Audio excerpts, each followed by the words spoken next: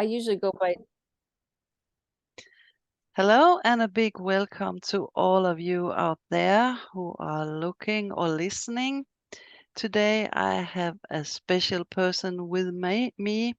It's Pamela Maynard from USA, and I'm so excited to have you here today.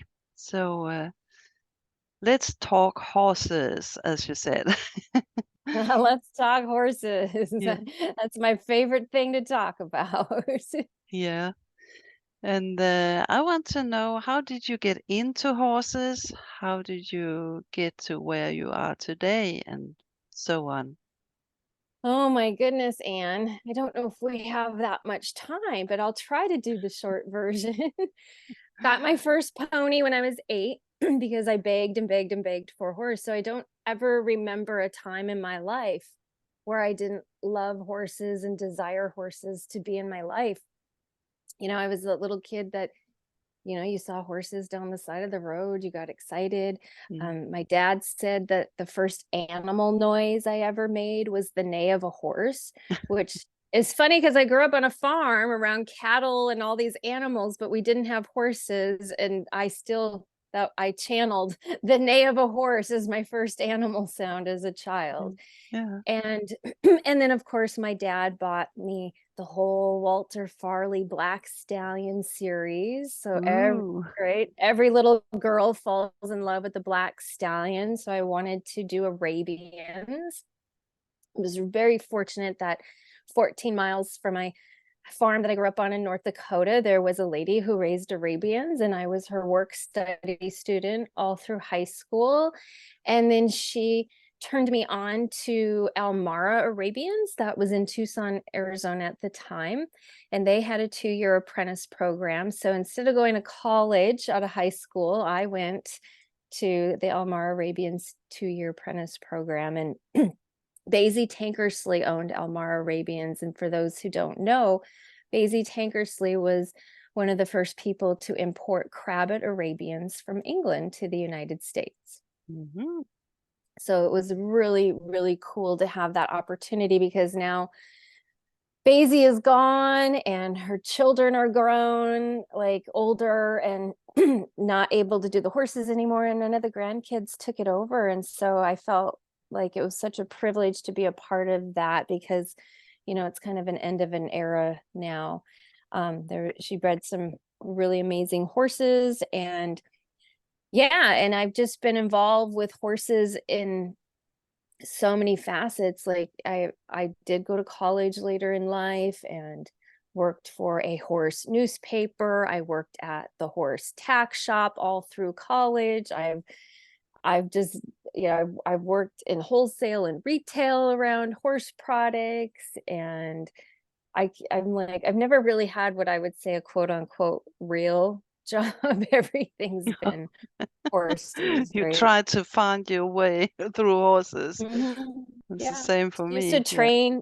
train and ride and give lessons, and Mm. it's just always evolved, but it's always been around horses and for the highest good of the horse. And so now I've been able to take all these years of experience, and now I can help other horsewomen on their journey. And if for me, my passion is about helping them discover a new path with purpose, that we evolve away from the show pen and the show world, because I end up working with a lot of what I call broken down horses as a result of modern day horse training, and help them rehabilitate them physically, mentally, spiritually, and emotionally, so that they can enjoy them on a new level. So that's my new passion now. Yeah, that's fantastic. And you do this for the horses, but you have the women with you also? Teach them how to. I teach them how to do the work themselves, and that's part of the experience for them. Is you can hire people to come out, and you can hire the chiropractors and the body workers, but I believe that real connection comes when you start doing the work and implementing it with the horse. Mm, that's right. So how do you do this? You mentioned chiropractors. You just take the horse and the woman and start over again, or how do you do it?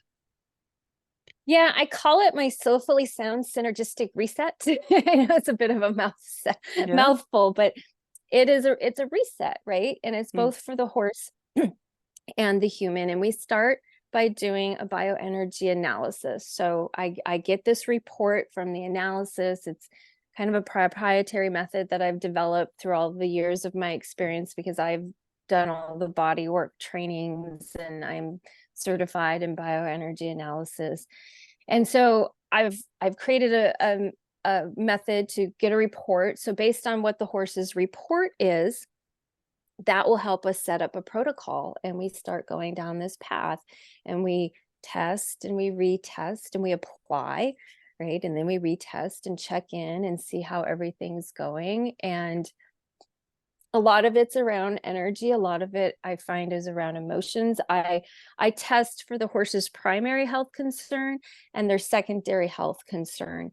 And 9 times out of 10, emotional or chemical comes up as their primary health concern. Very rarely is it physical because, as we know, emotional stress will manifest into the physical problem. So we do a lot of emotional clearing, addressing the horse's environment and their stress load. A lot of it's horse management that just some people just have never, taken the time to figure out for their horse because, well, this is just how we've always done it. And maybe it's worked for all these other horses, but sometimes we have to make some changes in their environment, and there's so many aspects of it, right? It can be saddle fitting, it can be physical, it can be emotional, and so I really feel like I'm looking at the whole horse. But what makes my work different is I'm also supporting the owner, because it can be emotionally challenging for the owner too to go through all of this. A lot of times they they come to me as a last resort. They've done the injections, they've had the vet out, they've gone through a bunch of trainers. I see a lot of times they think the behavioral problems are just a training issue, and yes, the training helps, but that's just such a small part of it that we have to look at the whole picture. And I feel like when you're just looking at certain modalities like chiropractic or massage or veterinary, we're just looking at one little piece of the puzzle. So I help people put that puzzle together. Mhm. Sounds great. So you get them advices about the environment also, and maybe move them or something like that. Yeah, or just like get the horse out more. Like I do a Mm. lot of work with people in Arizona, and it's so challenging down there because they'll keep 20 horses on 2 acres. Oof. Right. So turnout is like the round pen, right? The 60-foot round pen or the arena. And you can't keep horses turned out in the arena when people are riding all day. So a lot of times they don't get a lot of turnout. Um, there's just so many variables, right? And then a lot of times it's out of people's control, right? When they're boarding. So to help them figure out what could we do to improve the horse's quality of life with what we have to work with. Mm. Yeah, that's great. That's great. As you said, human, we put the horses in stables and they don't get to move around a lot, and it's difficult, especially if you don't have your own stable, to get the environment that is right for the horse. Yeah, I always say, and this applies for, people, horses, whatever, that, I've heard people say health or movement is healing, but I always say movement is health, right? Yeah. Like, I don't know why people wait till we have a health crisis to get healthy, right? No. We need to move, we need to think ahead about things. And that's why I'm in business, because nobody comes to me until they have a health crisis.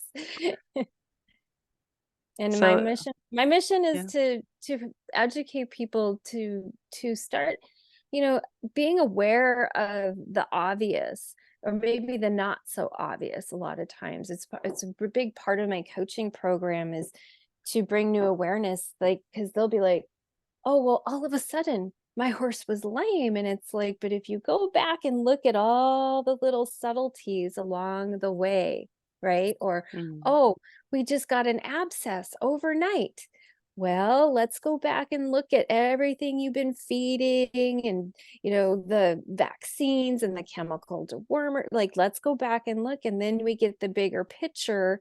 And then it's like, oh, it's not a surprise after all. So what can we do next time to avoid this? Mm.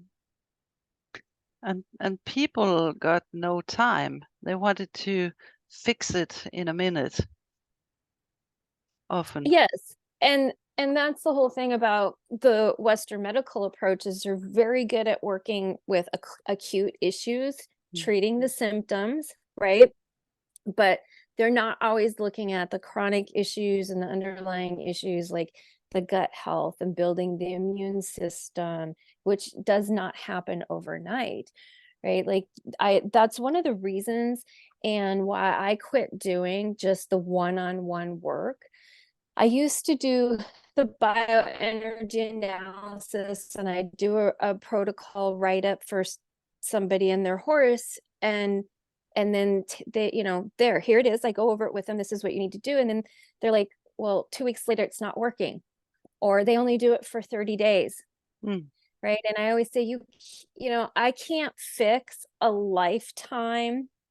The horse is 12, 15 years old, and we've been Yeah. doing all this stuff to it. I can't change a whole lifetime of improper care in a 60-minute session. Oh. And so I quit doing it. I had a really hard time coming to terms with that, because I just want to help the horses, right? But I had to quit that, because ultimately it's not helping them, right? What's helping them is getting their owners in a 6-month coaching program and getting them committed to Yeah. follow through for 6 months. So then they start to see their return on their investment. I'm a distributor for a nutraceutical company here in the States. And, I can sell, a thing of vitamins to for your horse. Great. But if you don't know how to use it and use it with the other products that work synergistically together, you're going to say, oh, those products didn't work. They didn't do Doesn't work. anything. No. And because it's more than that, right? It's more than feeding a vitamin. That thing I've been seeing a lot lately is a lot of horses that tend to be a little bit nervous or high strung. And so it's like, everybody's like, well, you just need to feed them magnesium. Mm. Yeah. And that's not a People bad too. thing. Yeah. Yeah, right. And it Yeah. probably helps, but we're still not looking at the whole picture. And I also start by clearing their liver, because if the liver isn't clear, the horse can't assimilate the vitamins and supplements you're giving to them anyways. Oh. So it's really about peeling off the layers, right? And I don't believe in ripping them off like a Band-Aid. No. No. No, I like to just peel them off, and we're just slowly going to go through this and find out what we find along the way and help them along the way, because it's not a one trick fix, and every horse and every owner is different. It's a process. And you know what, Anne? I find out people don't like to go through the process. It's a lot of work. Yes, it is. Yeah. But so is life, right? And we put a Yes. lot of time, energy, and money and emotional investment into these amazing creatures. Mhm. So I'm like, why would you not want to, keep them around as long as you can and have them happy and healthy as long as you can? That's right. And I also used to say that it's like building a house. If you don't have the foundation, the house would just fall apart.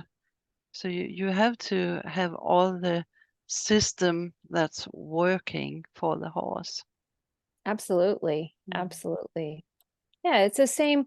I see it a lot with I have 3 horses right now in my backyard that were kind of quote unquote, rescue, giveaway, freebie horses that Mhm. nobody wanted because they couldn't show anymore for this reason or that reason or whatever. And so when I started working with them, in my mind, I just was like, oh, you're started under saddle.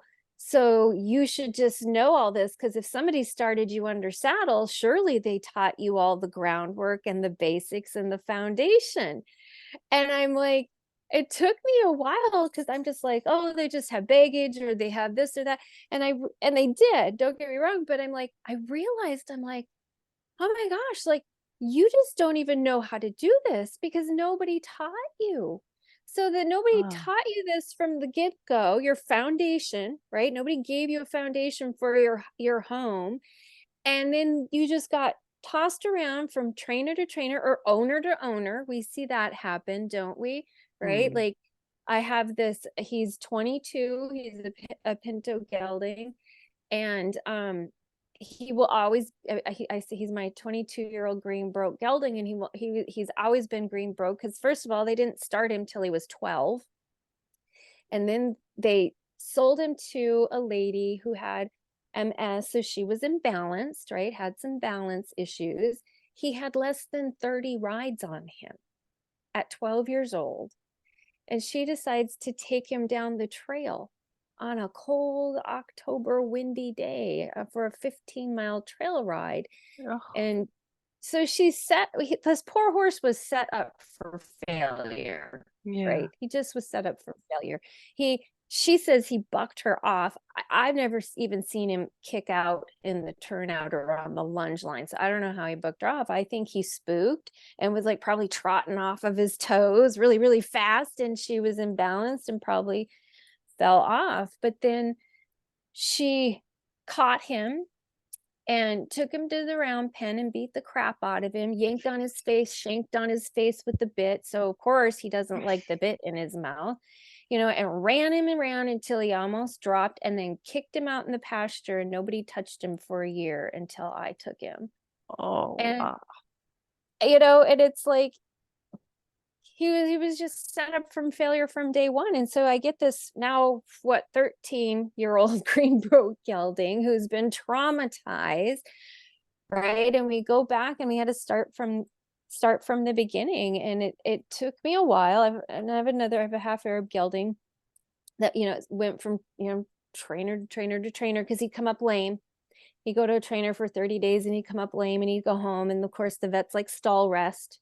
Right. And I got him when he was 12. And I thought, because he'd been to all these trainers, that he knew stuff. I realized like they didn't even do the foundational groundwork. So I'm going back and working with 15-year-old horses now, teaching them what they should have learned when they were 2 and 3 and 4.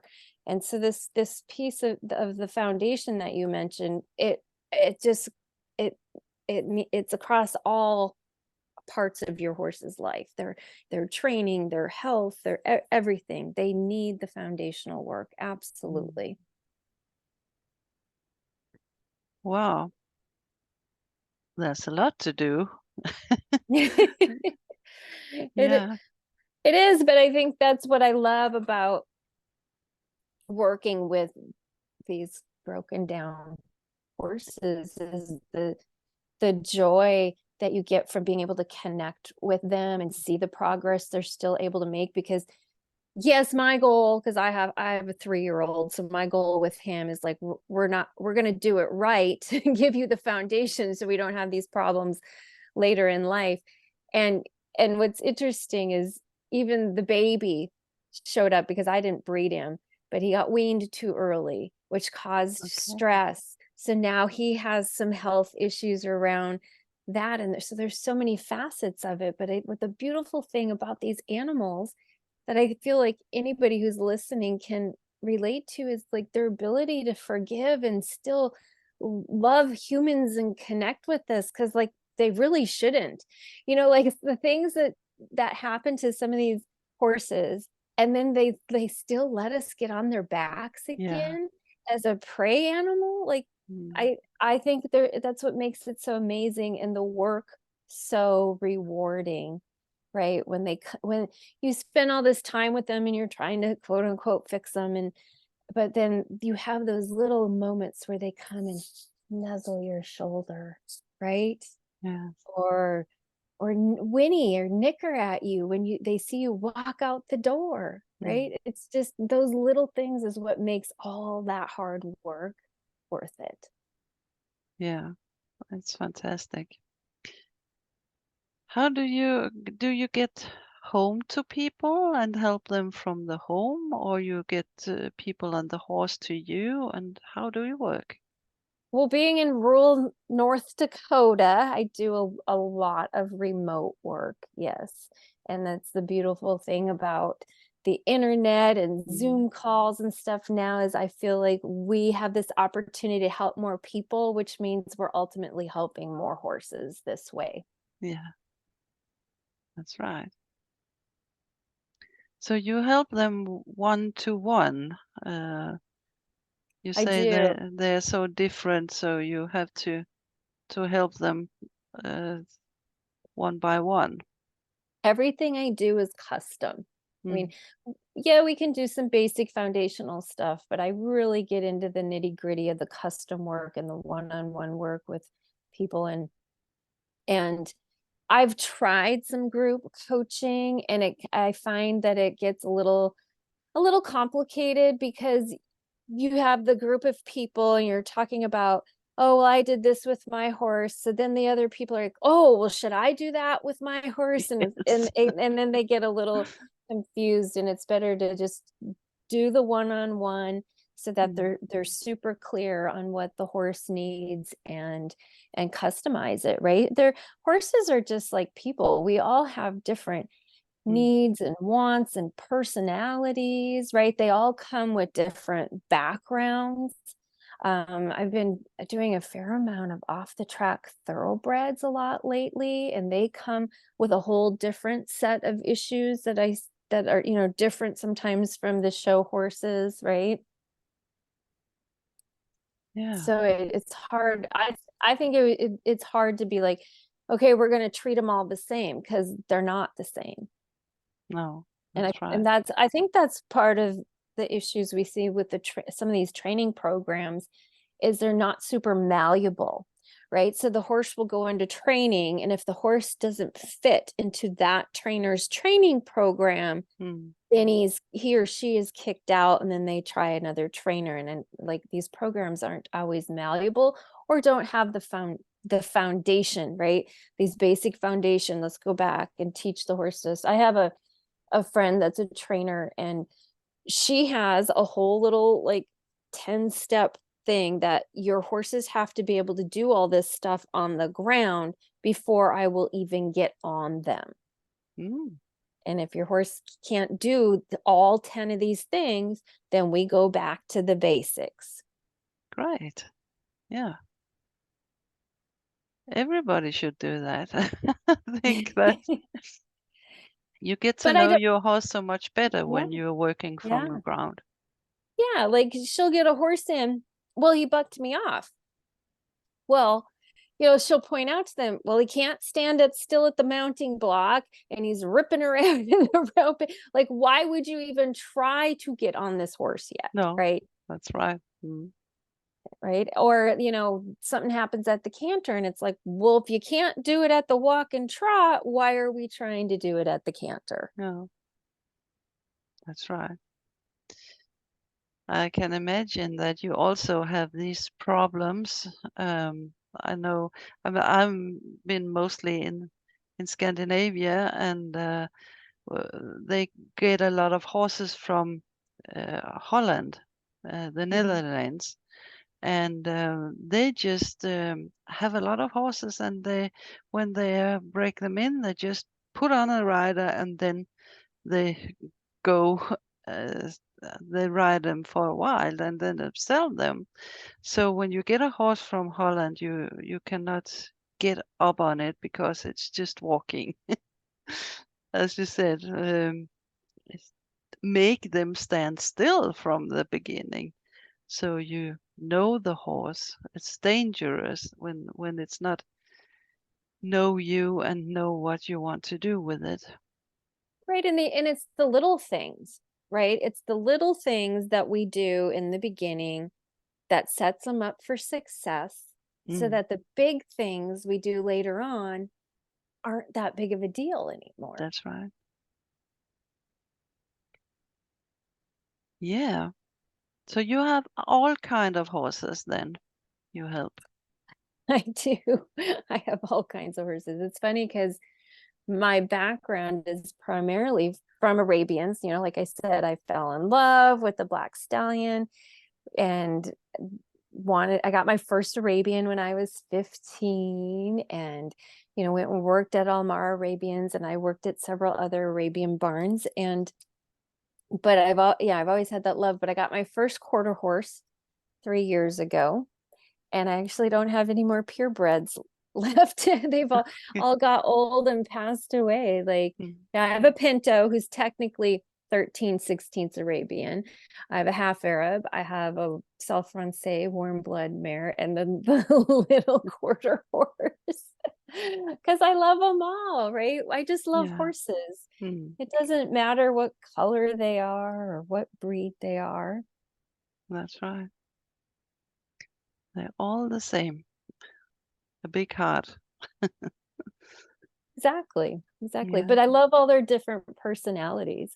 Like even the quarter horse, we always say, like, even find my mom saying, or like, oh my gosh, look what he's doing now. Oh my gosh, he is something else. Oh, now look what he's doing. Oh, that little red pony is just something else. He's just something else. Like, he's just so different from any other horse I have Mm, had, and just all full of personality.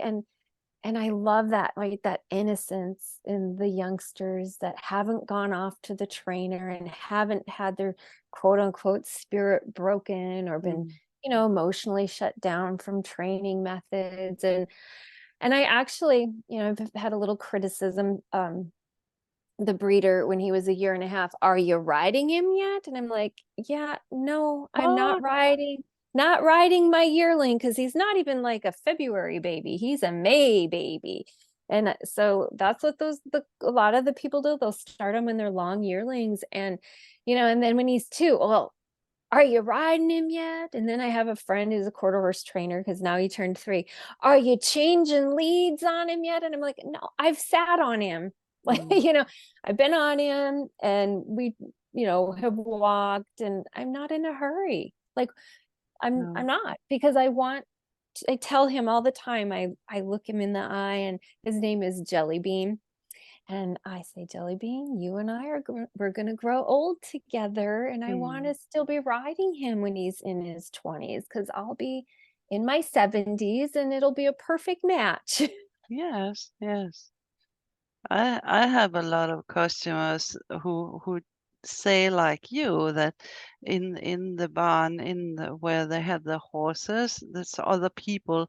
Why don't you ride? Why don't you do that? Why don't you train that? And it's a big pressure for people.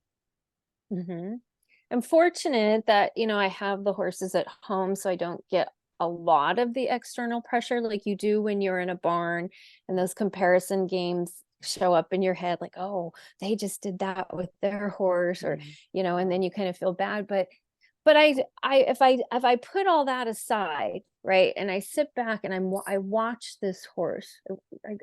Going back to the being aware of the obvious, right?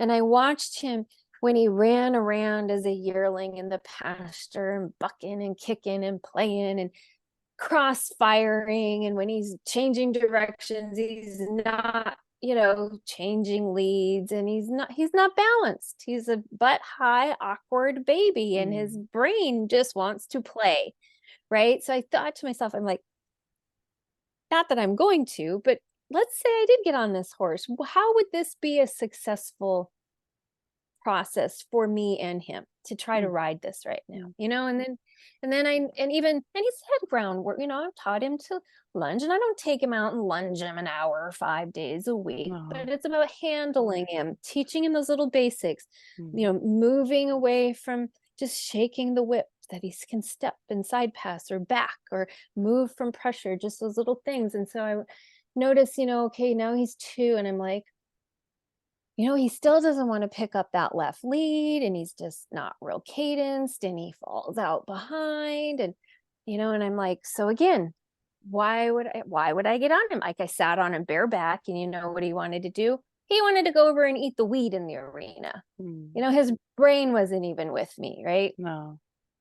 So then, right now it's the spring of our 3-year-old year. Well, now he picks up the canter almost from the walk. He doesn't pull. He's just going around, cadenced, balanced on his own, because he's growing up. He's figuring this out on his own. He's developing. He's leveling out. And I'm like, okay, so let's get on and see where his brain is at, And he was like, oh, mom's on my back. I'm going to pay attention. Like, it's a totally different experience. So in my mind, I was like, why would have I done that a year ago? And I sure as heck wouldn't have done it a year and a half ago. But he's still a baby, right? He's still like, oh, can I put this in my mouth? And still has a short attention span. So I'm like, okay, we're not going to push it. I watch him, I gauge him. He's had the saddle on. He's had all the basics. And I let him tell me when he's ready for the next phase. Yeah. And the horse is not, they are growing until they are 6 years. So you have to be very careful with young horses. Absolutely. But here's the thing is, like, there's people that, okay, so let's say they wait and ride them till they're 5, 6, or 7. But if they're not riding them correctly, they're still not doing that horse justice, right? No. Like, to me, it's about finding that happy medium, that balance, right? Like, because That's right. I think you can ride them when they're younger to a degree if you're doing it properly. You're not tying their head between their legs and not pushing it. And that's where the show ring becomes, a little bit of an issue. And I know there's been some changes, right, around some stuff, but like, they have these futurities, right? And there's money involved in the futurities. So they want to get them started so that they're ready for these futurities. And it's like, why do we have to have 3-year-old futurities? Why can't we have 6-year-old futurities? Yeah. And I know that, like, the equitation science organization is doing good things and providing, research for us around nose bands and things like that, right? So there is progress. I really believe that. But we still need to be an advocate for the horse. And I feel like one of the ways for me to do that is not support the show ring, like, by just not going. And that's one of the reasons I got into dressage. I didn't know a lot about it, but I thought to myself, well, if I'm not going to show anymore, at least dressage is something that I can do and work up the levels and have my own personal fulfillment, because I'm not a trail rider. I don't want to just sit on my horse and go down the trail. I like to ride in the arena. And then I realized that some of the problems that my horse was having was from his modern dressage training, right? So I had to go back and redo some stuff, and have discovered the world of, classical dressage, and have been able to explore that. And I am by no means an expert when it comes to dressage, but it all goes back to the journey, right? And letting the horses guide us and listening to the horses. And the horse was telling me he was not happy being ridden in short reins and all bunched up. No. Right. And I had taken lessons, and it was like, well, this is how we do it. And there was no regard to the horse. And I was like, well, yes, this is how you do it, but he's telling us he's not liking this. So can't we find a different way to do it to make him happy? And they weren't able they weren't able to do that. And I was like, huh. So I quit taking lessons at that place. Simple as that, and went back to actually what I would consider some of my foundational Western riding, right? And I loosened the reins and I taught him to bend and flex. Because again, I just thought he knew all this stuff. I was like, you were started under saddle. Didn't they teach you how to move off the leg? And apparently not, because it was so mechanical. And so, yeah, like that's what I teach people, is to start listening to your horse. And, all my horses have different things to share with me. So there's not a one size fits all. And No, isn't that why we love horses and keep showing up and doing them? Because it's never a boring day. It's never, it's always, you we're can always always learn learning. more. Yeah, Always. Yes. exactly. Hmm.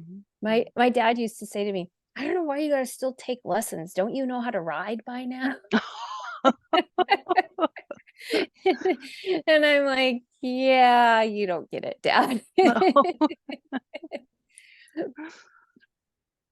No, that's right. It's an ongoing journey until you die. Yes, Mm. exactly. And and that's why I think it's important for us to take care of ourselves too. And I know that women in general, right? We're so used to give and taking care of Mm. the husband and the children and the horses and the cats and the dogs. And maybe at the end of the day, I might have 5 minutes to sit down and maybe drink a glass of wine, right? But we don't Yeah. take care of ourselves all the time. And I feel like it goes hand in hand. I talk about it a lot in my work, is that our health and the health of our horses is so interconnected, right? If my horse is sick, it's going to stress me out. And if I'm Yeah. sick, I can't take care of my horses. I do all my No. own chores 7 days a week, Mm. 365 days out of the year. But I want to still be riding until I die. Like you said, we Yeah. keep learning until we die. And I Mm. want to be able to ride until I die. Mm. And I always say, I think I'd rather be dead than horseless. Yeah.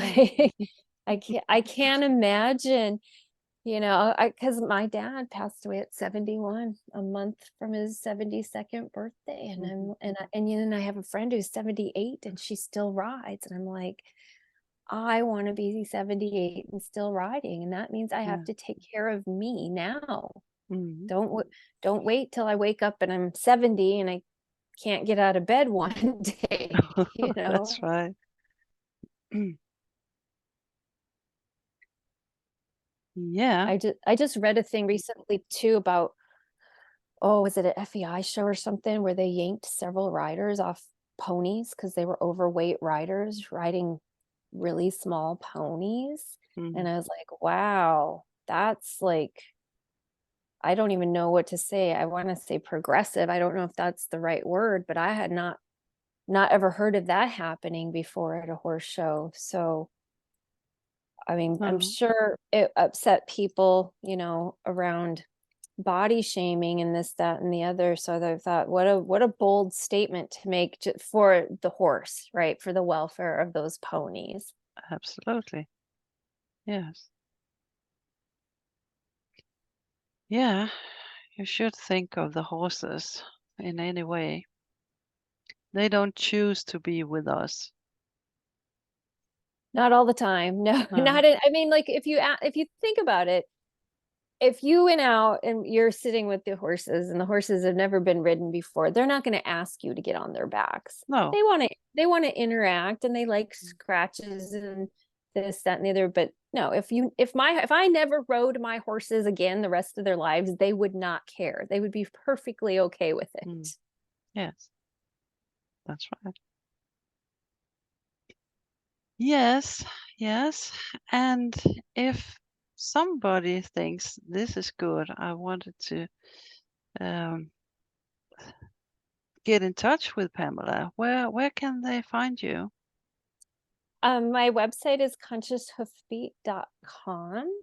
And you can, I'd like to invite everybody to come join my Facebook group, which is Discovering a New Path with Purpose for You and Your Horse. And I have a Conscious Hoofbeat business page on Facebook as well. So those are probably the best places to get a hold of me. Find me on Facebook, send me a message on Facebook if you'd like to learn more, because I could sit here and go on and on and on. And I don't like to go on tangents per se, but just it's about bringing awareness. I feel it's important to have these conversations with like-minded horse lovers like you, and just bring a new awareness to people that it's not always about right or wrong or good or bad, right? No. We just want to bring awareness of what we can do better for the highest good of the horse. Mhm. Absolutely. That's very true.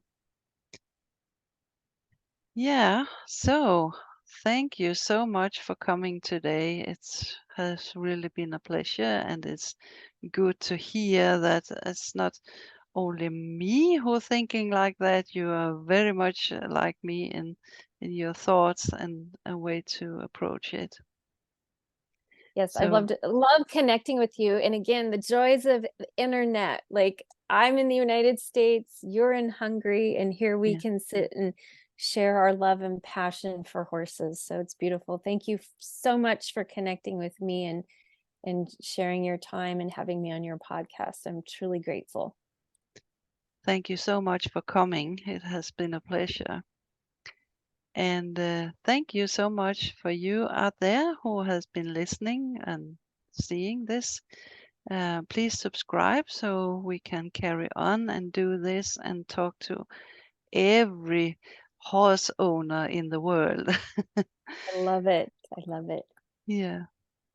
Thank you so much for today and see you later.